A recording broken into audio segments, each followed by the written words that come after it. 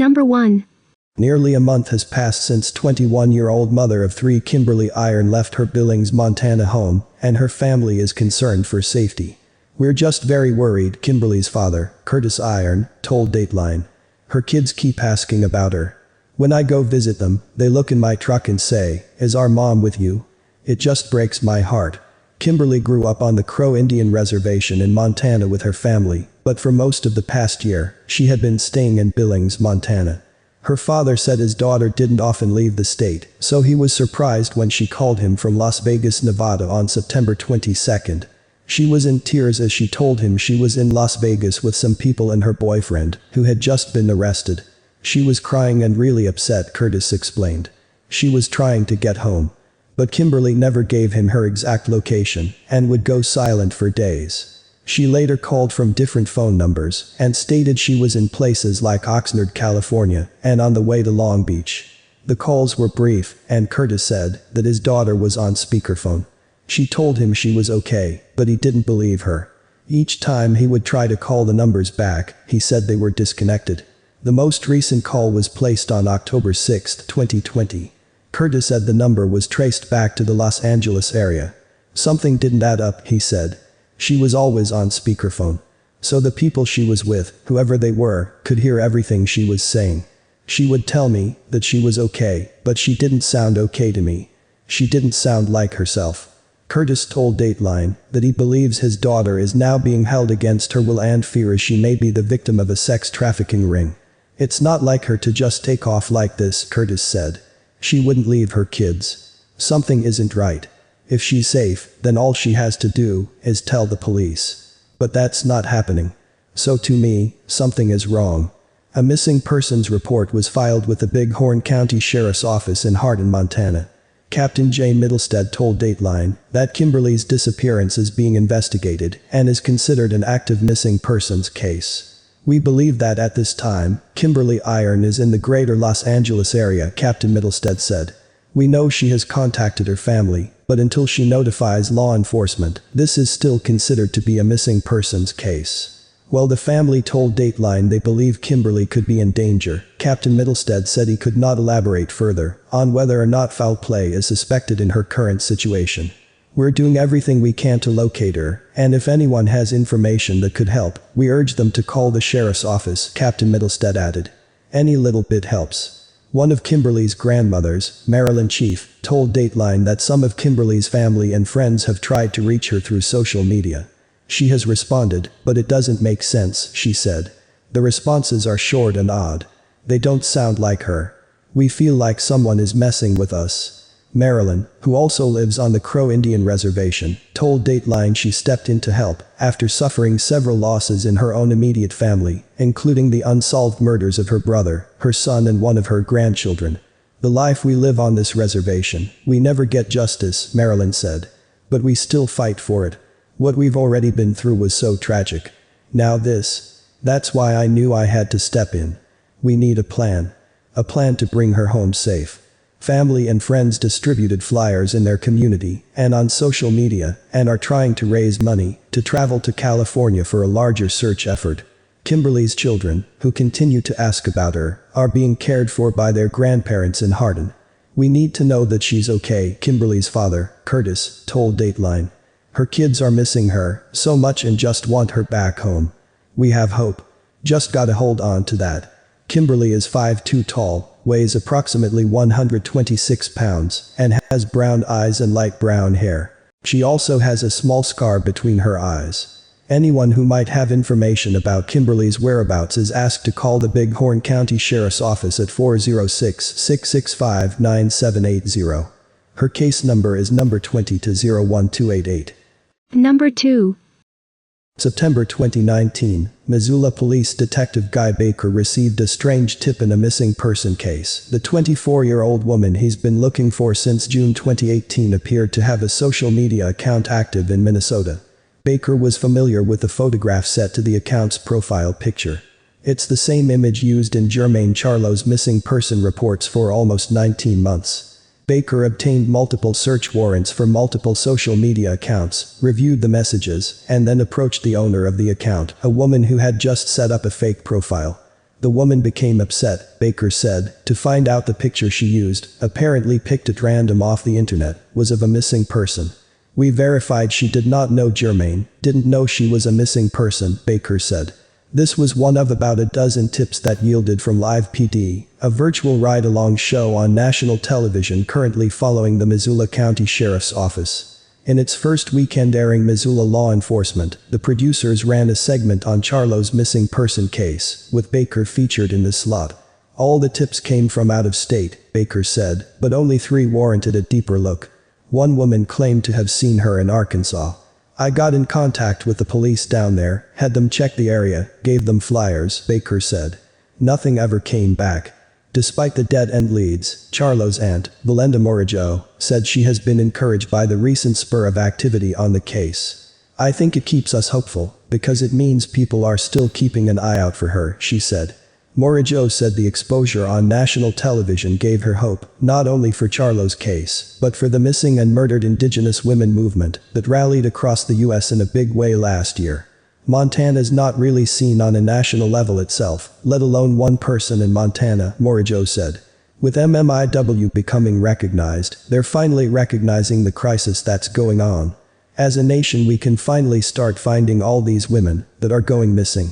These women, they're being seen as people that need to get home to their families so they can have closure, she added. And tips continue to roll in, Baker said.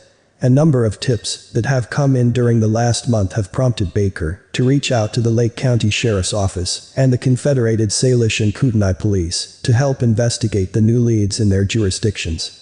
A lot of the leads seem to stem from rumors, Baker said, of a story that breaks off one rumor and spins into another. Next week, Charlo will have been missing for 19 months. The length of time and Charlo's sudden disappearance from her usually frequent social media activity tell Baker that she is a victim of a crime. But this case, Baker said, is still far from going cold. We're still looking, he said. We're following up on leads and I hope we get a break in the case this year, because I have no doubt now that she's a victim of a criminal act. Morigeau said as long as the weather held up, she was planning on pulling some people together for a search over the weekend. We will find her. It's going to take longer than we wanted, but we will find her, Morigeau said. We just want, on behalf of our family, just want to tell the public thank you for all the support they continue to give our family, and all the prayers that are always being sent. Anyone with information on Charlo's whereabouts is asked to call Baker at 406-396-3217. Number 3. After 46 years in law enforcement, Richland County Undersheriff Bob Burnison has one case that hangs heavily over his career. Nicole Waller went missing on February 14, 2013, and launched an investigation that ended up in a murder conviction, but one thing still haunts Burnison. 7 years later, Waller has yet to be found.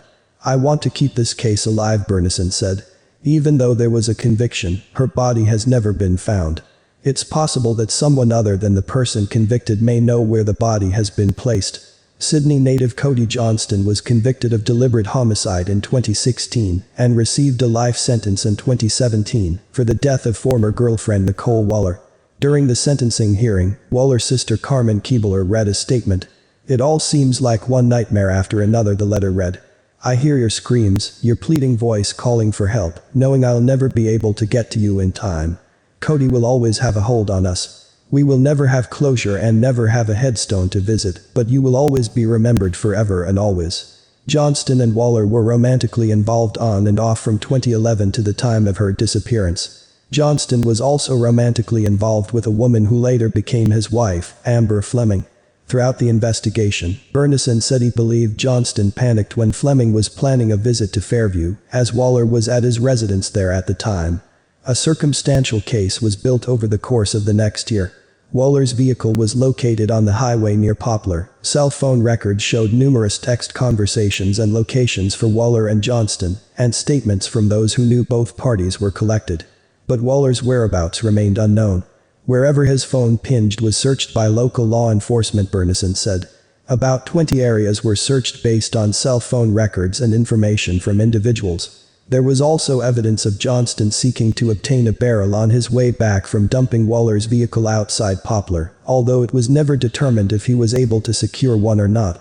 While the case is considered officially closed, Bernison is still holding out hope that law enforcement can bring Waller home to her family in Flathead County.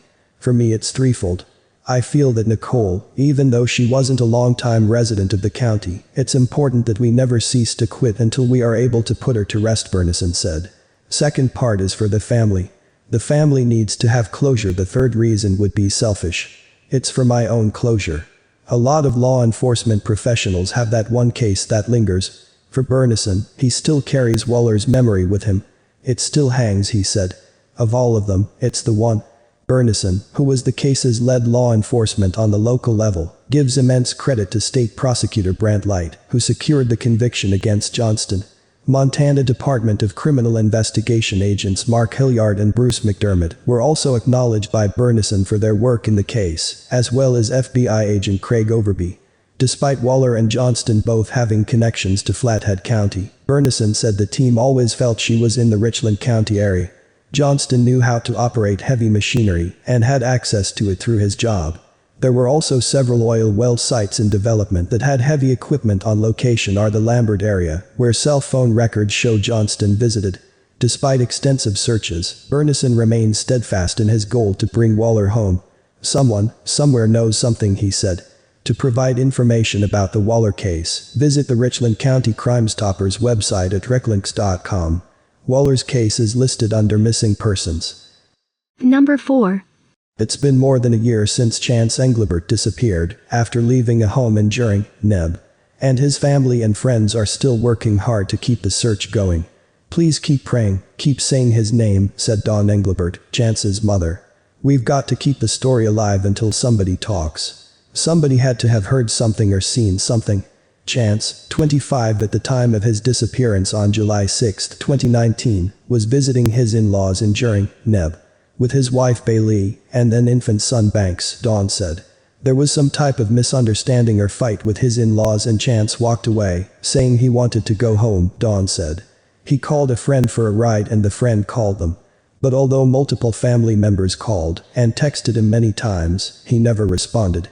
The family went to Juring to help with the search, which involved 17 agencies and hundreds of people. It just hadn't really clicked. This is real, she said. I kept thinking he was going to come home. On July 11th, almost a week after his disappearance, the missing persons case turned into an investigation. He was last seen on video surveillance footage in the Juring, Scottsbluff area, two cities located across the North Platte River from each other. You think it would get easier, but it doesn't, she said. Investigator Brian Eads of the Juring Police Department said at the time Chance disappeared he was with the Nebraska State Patrol, one of the many agencies that assisted with his search. Now he's one of the main investigators on the case through his current job at the police department. We welcome any and all informational tips that the general public might have, he said. To pass on any information about the case, call the Juring Police Department at 308-436-5089. According to a statement posted online from George Holthus, chief of police in Juring, the case remains an open missing persons investigation, and any information received by the department is followed up on. Investigators have received and followed up on numerous possible sightings of Chance in several states, from Oregon to Texas and many others, but none of the information has led to Chance being found, he said. Chance grew up on the family ranch in Burdock, South Dakota, in the southwestern part of the state, near Edgemont, South Dakota. He was a bareback rider since 8th grade, and went to college at Laramie County Community College located in Cheyenne, Wyoming, on a scholarship for bareback riding, Dawn said. He earned a degree in diesel mechanics and welding. It was always his dream to come back to work on the ranch, she said. Since that wasn't immediately possible, he was living in Murcroft, Wyoming, and working as a welder at a mine. Right before he disappeared, Chance, along with 600 other employees, lost their jobs when the company went bankrupt. Chance, a hard worker who never missed work, stopped by a propane company in Murcroft and got a new job, Dawn said. He was set to start working there the Monday after the 4th of July holiday when he disappeared. Everybody loved Chance, she said, adding that he was an amazing big brother to his two younger brothers, Miles and Clay, and he's missed very much. Katie Ross, who met Chance at the community college, where they were both part of the rodeo team, said he was a friendly, kind and happy person. She reached out to the fence post because she doesn't want him to be forgotten. In February, Ross and her mom drove to Jering to help with another search because they felt they had to do something to help. It was inspiring to see so many people searching for days, some of whom never even knew Chance and others' family and friends. "You hope you have friends that good," she said. Chance's mom doesn't understand how her son could have vanished in broad daylight, she said. So many things have been done to try to find him, including search and rescue dogs, cadaver dogs, drones, draining the canals and more. Nothing ever pans out, she said.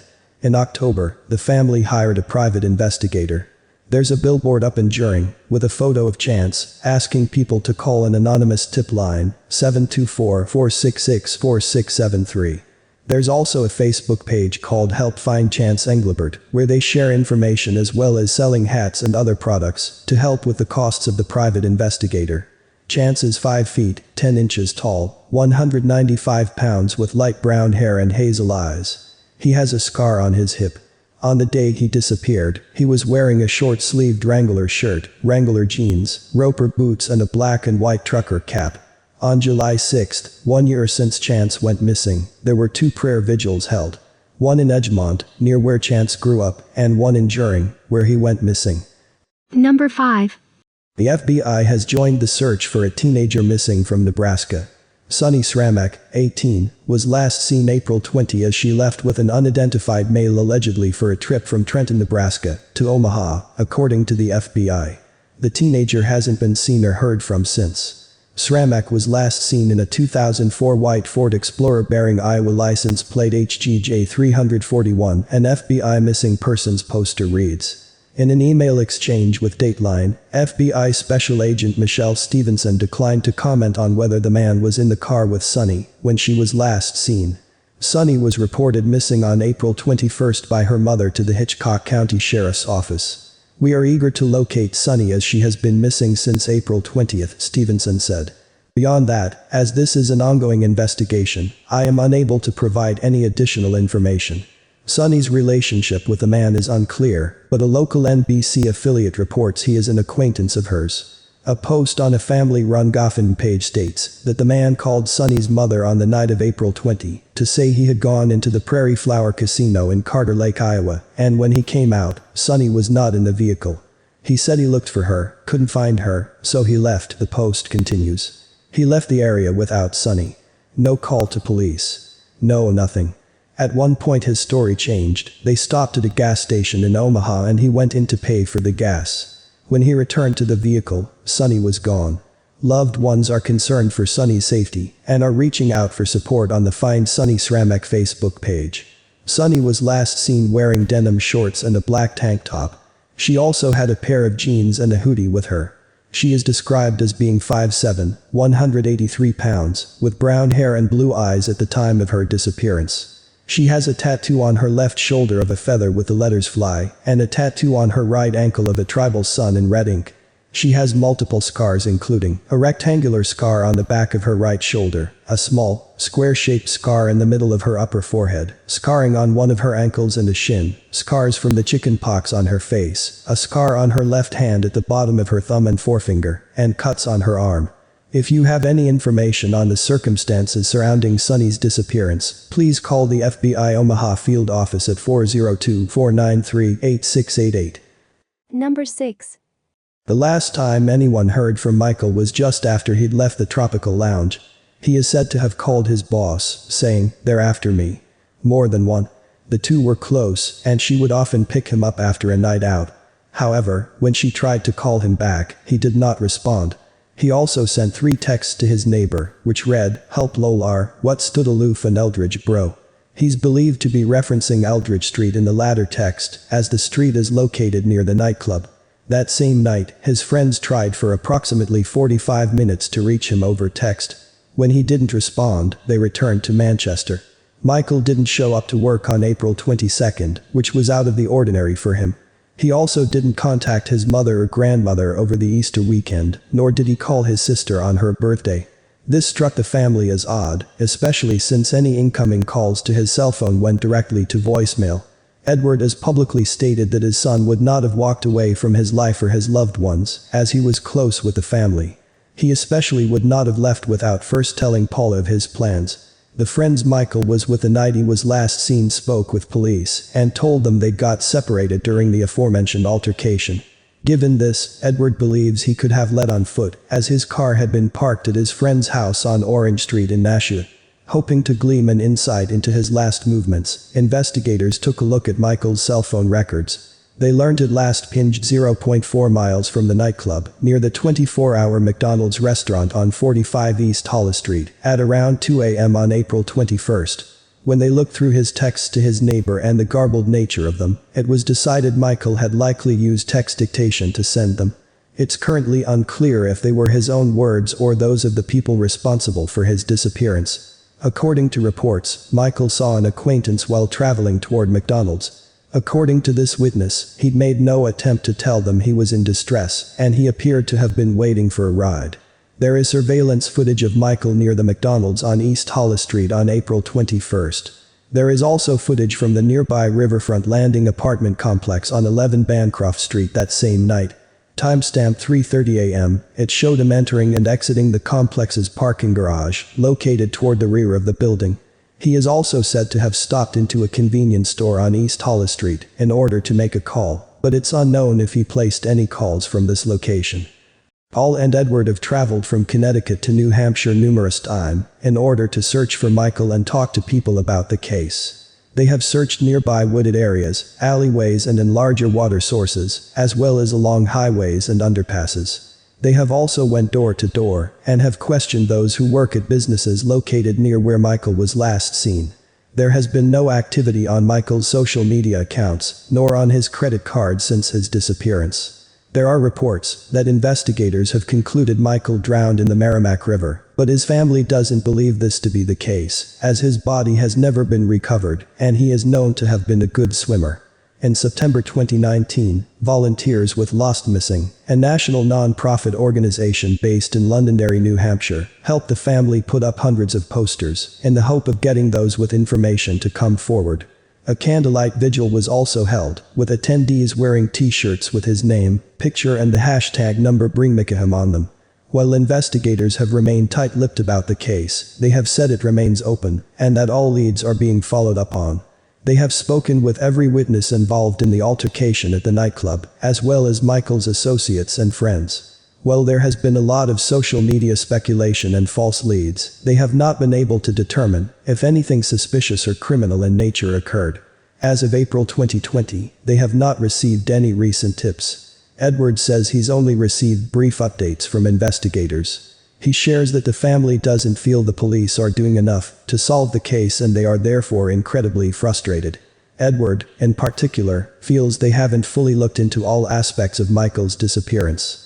Paula believes her son is alive and will eventually come home, while Edward has shared that he finds it hard to do everyday tasks because he's constantly thinking of Michael.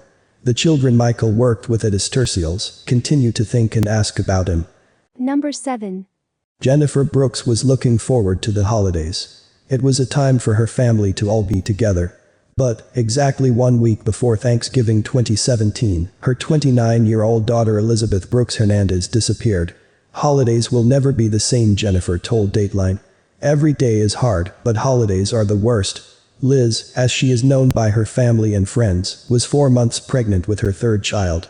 Her sister, Amber Brooks, told Dateline that Liz was hanging out at her house in Albuquerque, New Mexico, on Wednesday, November 15th, until Liz's boyfriend, the father of her unborn baby, Miguel Martinez, came to pick her up that evening. She got in his truck and that's the last time I ever heard from her, Amber said. Liz and Miguel first met at church when they were children, Amber told Dateline. Years later, they ran into each other and started dating. I only met him a few times, Amber said. They had not been dating very long, maybe a few months. Amber said Liz was supposed to go to an appointment for food stamps at the Human Services Department on Bridge Boulevard in southwest Albuquerque on Thursday morning. Liz was then planning to come back to Amber's house later that afternoon to babysit her children while Amber went to work. When she didn't show up, I knew something was wrong, Amber said. Liz had previously attended beauty school and worked in a salon shortly before she disappeared. She began helping her sister out with her 2 children for extra money. She's a great aunt, really cares about the kids. And she would not have not shown up to help me, Amber said. Amber told Dateline she began calling and texting Liz's friends to see if anyone had heard from her. But no one had. She finally got in touch with Liz's boyfriend Miguel, who told her that he had dropped Liz off for her appointment for food stamps at the Human Services Department that morning. Detective Dan Torgrimson with the Albuquerque Police Department told Dateline that Miguel Martinez told him the same information, and that when they tracked his phone, it corroborated his statement. An investigation revealed that Liz never signed in at the Human Services Department, and the account for food stamps has not been accessed since she disappeared. It doesn't make any sense, Liz's mother Jennifer told Dateline. She was depending on those food stamps, and she would have had to be on Medicaid to have the baby. But no one used her account that day and hasn't used it since. Jennifer said her daughter would also not have just left her life behind, especially her 2 children. She wouldn't have just left her life, her family, her children, Jennifer said. And she left everything behind. Her clothes, her makeup, her card. She can't do anything without that card. Something doesn't add up. Liz's sister Amber said that her social media activity stopped completely that day and hasn't been active since she disappeared. That's odd for her, Amber said. She was always on Facebook. For her to go offline like that is not normal. Detective Torgrimson told Dateline that authorities suspect foul play in Liz's disappearance, but no one has been arrested. He added that Miguel Martinez, the last person known to have seen Liz, is considered a person of interest, but without evidence or a body, it's hard for the investigation to move forward. It's an extremely frustrating case, Detective Torgrimson said. But it just takes one tip from someone who might know something. One tip could change the investigation and finally solve this case. Amber told Dateline that she had a close sister bond with Liz. We did everything together. It's really hard not having her around, Amber said. I don't feel like she's alive. Something bad happened to her, and we just want to know where she is. Liz's mother and sister say the worst part is just not having closure. We just want some answers, Jennifer said. They may not be the answers we want, but we need something. Searches by friends and law enforcement stopped years ago, but Liz's family hasn't forgotten her. Every year on November 16th, they hold a candlelight vigil in her honor.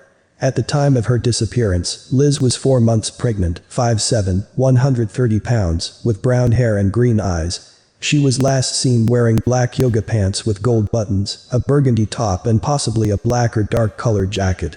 If you know anything about Liz's whereabouts, please contact Crime Stoppers at 505-843-7867. Number 9. 49-year-old grandmother Rita Jaramillo lived south of Albuquerque in a rural area called El Cerro Mission. Rita was the parts manager at the local AutoZone and was close with her 2 daughters, Leslie and Denise, and her young grandson. Rita's daughter, Leslie, last spoke with her on the phone on September 20, 2018. Rita had planned to visit Leslie the next morning so they could get Leslie's son ready for picture day. However, Rita never arrived. Considering Rita's and Leslie's busy lives, Leslie wasn't alarmed when she didn't hear from her mom. She figured that maybe she'd gotten called into work or decided to spend her day on a trip. However, on Sunday, September 23rd, Leslie received a call from her grandma, Martina. A fire had consumed Rita's trailer. A call had come into Valencia County Fire Marshals about 2 a.m. on September 23rd about the fire in Rita's mobile home. One fire marshal, Casey Davis, declined to speak more about the case, except that fire was very suspicious. 2 tires were found in the home. Leslie rushed to the house, but there was no sign of Rita. She also discovered that Rita had never made it to her shift at AutoZone on the 22nd, and that her car was not at the home. Martina Archando, Rita's mother, later stated that she had come by Rita's home on Friday and Saturday, but Rita's gate was closed. Martina figured that she had just missed Rita, and they would catch up later. The following Monday, Rita's car was found in Albuquerque by the Albuquerque Police Department, at an apartment on Wyoming and Comanche. An APD officer called Leslie regarding the car. Leslie told the Valencia County News Bulletin, "I said it's part of a missing persons case and to hold on. I had to call the sheriff's department to let them know. I asked him if it looked like there was a shovel or any blood in the car. He said there was nothing. However, when the Valencia County Sheriff's Office went to inspect the car, it was gone." In October, the state police began investigating the case. The case was starting to branch out into other counties as the investigation continued. Valencia County Under Sheriff Mark Matz told the News Bulletin. The state took over so there wouldn't be any jurisdictional issues. He also said that state police had followed up on a number of tips from around the state and that they had a person of interest in the case. Rita's car has not been rediscovered. 8 months after the fire, state police arrested Arthur Lovato, who Rita dated briefly, on suspicion of first-degree murder. "He's evil," Denise, Rita's other daughter, said. "Evil old man, no heart, no sympathy, no remorse, just plain-out evil." The grand jury indicted Lovato on 5 charges: first-degree murder, depraved mind, first-degree murder, willful and deliberate, second-degree murder, voluntary manslaughter and tampering with evidence. Lovato pled not guilty in June of 2019. Jaramillo's body has not been found, and it is unclear what evidence the state police have against Lovato. Number 8. Sunday, May 26, 2019 was Memorial Day. It was the last day Heidi talked to her mother, 70-year-old Jean Johnson. Jean had been watching a friend's dog at her home in Capitan, New Mexico. She lived a simple, quiet life. She loved gardening, playing with her grandchildren, and spending time with her family and the few friends she had in town. She had lost her husband 7 years before, and still wasn't ready to move on. Nobody could replace him. She kept her husband's ashes near her heart, in a clear glass pendant. Jean still wore her wedding band. Jean and Heidi talked regularly, but missed each other on Monday and Tuesday. On Tuesday morning, the dog's owners called Heidi to tell her that Jean had never dropped off the dog like she was supposed to Monday night. With a terrible feeling in her heart, Heidi immediately drove to her mother's house. Jean's purse and cell phone were in her locked car. Another article states that Jean had 2 purses, one containing paperwork, in the house, as well as her glasses. The door to the house was unlocked and ajar, and the dog was safely inside. He had had some accidents, but that was the only thing out of place other than Jean's missing pistol. Jean would only bring it out if she was afraid. Sometimes she encountered mountain lions at a remote 10-acre home, and the pistol helped her feel safer. Per Heidi, Jean had 2 gates on her driveway, and the one closest to the road was locked. Someone would have had to have taken her out of the house to their vehicle, outside the bottom gate, Heidi said. The police immediately searched the area near Jean's home with helicopters and drones, as well as on foot. Heidi also organized searches for her mother on foot, ATV, and on horseback throughout the Capitan area. Lincoln County Sheriff Robert Shepard stated that Jean's son and Heidi described their mother's capabilities differently. While Heidi acknowledged that her mother was sometimes forgetful and repetitive in the evenings, her son stated that Jean had once gotten lost for 2 hours, but eventually made her way back home. Heidi strongly believes that her mother was taken from her home, rather than having wandered away. After months without answers, Heidi turned to psychics for answers that the police had been unable to find. Several psychics told her that her mother was buried a bit off the road, but one psychic specifically told her that Jean is buried on private property in Alamogordo, beneath an Afghan pine tree. As for the missing pistol, one report said it was later turned into the police by an unnamed person, and another report stated it was found in a pouch on top of her laundry basket, which was normally locked in a hope chest. She only used it for protection, and she would not have gotten it out unless someone came to her house, Heidi told Ruidoso News in July 2019. Everything she owned is accounted for. Her purse and phone were locked in her car. She had her laundry bag ready to go, to do the wash at Heidi's house, and the little pouch, in which she carries her Derringer and phone was there. She carried it even when she's walking on her property, because she sees mountain lions out there. That was sitting on top of her laundry bag ready to take out of the house, Heidi told Ruidoso News. The Lincoln County Sheriff's Office stated they had no evidence that a crime was committed, but they suspect one was nonetheless. Sheriff Shepard also said 4 months after the disappearance, "We're not ruling anybody in and we're not ruling anybody out, because we don't know yet." Jean missed her 71st birthday in 2020, and now her 72nd birthday on the 14th of this month. Heidi still celebrates her birthday and deeply misses her mother, who she considered her best friend. Jean has light brown and gray hair and green eyes. She is 5'6" and weighs just 130 pounds. Jean has a mastectomy scar, and her left breast is missing. One of her big toes has a previous fracture. Number 10. Mother's Day will never be the same for Aldina Lopez. The New Mexico mother told us that May 12, 2019, was the last time she spoke to her son, Calvin Willie Martinez. 7 months later, no one has seen or heard from the 31-year-old. "I worry about him every day," Aldina said. "Where is he? Why hasn't he called? It breaks my heart every time I think about it." Calvin is one of 11 children raised by Aldina and Calvin's stepfather on the eastern side of the Navajo Nation reservation, popularly called the checkerboard. It's a big family, but a close one, Aldina said. We're always there for each other. Calvin always called me, even when we didn't see each other for a while. He always called. As an adult, Calvin moved to neighboring Farmington, New Mexico, where he lived with his longtime girlfriend and their 2 young sons. In December 2014, Calvin's girlfriend and youngest son tragically died in a house fire. Calvin and his oldest son, who is now 11 years old, were the only ones who survived. Calvin's mother and sister said he hasn't been the same since. It changed him. It changed all of us. They were our family. He was never the same after that, Calvin's oldest sister, Becky Martinez, told us. He didn't want to work, he seemed lost, he just slipped into a deep depression. Calvin's sister and mother said he turned to drinking, but his family stayed by his side and tried to help him through his struggles. He was going through so much and we understood that. We tried to help him, Aldina said. Even though he had a drinking problem, he's still someone's dad, someone's child, someone's family. Aldina told us that in the months before Calvin disappeared, he began hitchhiking back and forth between Farmington, New Mexico and Albuquerque for various construction jobs and to visit friends in the area. She said Calvin didn't have a car, so he would travel on foot or hitchhike, especially when going to Albuquerque, which is about 3 hours away. When Calvin called Aldina on Mother's Day, it wasn't from his cell phone. Aldina said he was always losing his, so he called her from a truck stop in Albuquerque. At first, everything seemed fine when he called, Aldina said. He told me Happy Mother's Day and said he'd be home to Farmington soon. But the phone cut off. I tried to call that number back and found out it was the Love's truck stop in Albuquerque. But he didn't answer. And I never heard from him again. Aldina said she's been in contact with Calvin's friends and ex-girlfriend in Albuquerque, as well as an ex-girlfriend in Farmington, and says they have not heard from him. I trust them to tell me if they see him, Aldina said. I know they're just as worried and have been out looking for him. Calvin's family told us they have scoured the area of Farmington and Albuquerque and everywhere in between, but have not located him.